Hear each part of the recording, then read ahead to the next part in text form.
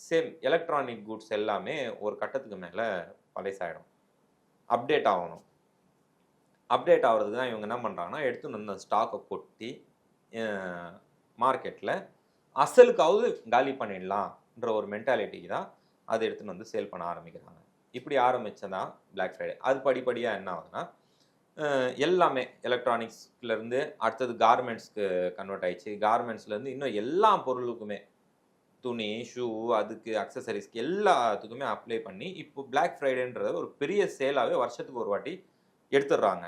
Black Friday சேல்ல அந்த ரூ. 100 பொருள ஒரு ரூ. 200க்காவது வித்துறணும்ன்ற பட்சத்தில என்ன பண்றாங்கன்னா, 50% சேல், 70% சேல்ன்னு சொல்லிட்டு காலி பண்றது. முக்கியமா இந்த ஷூ கடையிலலாம் போய் பார்த்தீங்கன்னா, பெரிய பெரிய நிறுவனங்கள்ல வெளிய போர்டே மாட்டியிருப்பாங்க. ஃபிளாட் 70% சேல்ன்னு சொல்ட்டு. ஆனா அங்க போனீங்கன்னா, ஃபிளாட் 70% எல்லாமே குடுக்க மாட்டாங்க அவங்க. ஸ்டாக். நம்ம பார்த்தாவே தெரியும். ஓ! இது வந்து குடோன்ல இருந்து எடுத்துட்டு வந்து போட்டது சொல்ட்டு, அப்படியே வந்து செட்டப்பா போட்டு ஷூஸ் எல்லாம் அடக்கி, ரேக்ல இருக்கிறதெல்லாம் புதுசா இருக்கும். அதெல்லாம் ஆஃபர்ல குடுக்க மாட்டாங்க. இங்க கீழ கொட்டி அப்படியே வச்சிருப்பாங்க. அது போனீங்கன்னா 40% ஆஃபர், 50% ஆஃபர், 70% ஆஃபர்ன்னு கூட குடுப்பாங்க. அதாவது ரூ. 10,000 பொருள வந்து ரூ. 300 ரூ. 3000 குடுப்பாங்க. அதுதான் வந்து இவங்களோட அசல் கூட கிடையாது அந்த ரூ. 3000. ரூ. 3000 இவங்களுக்கு ஒரு ப்ராஃபிட் இருக்கும்.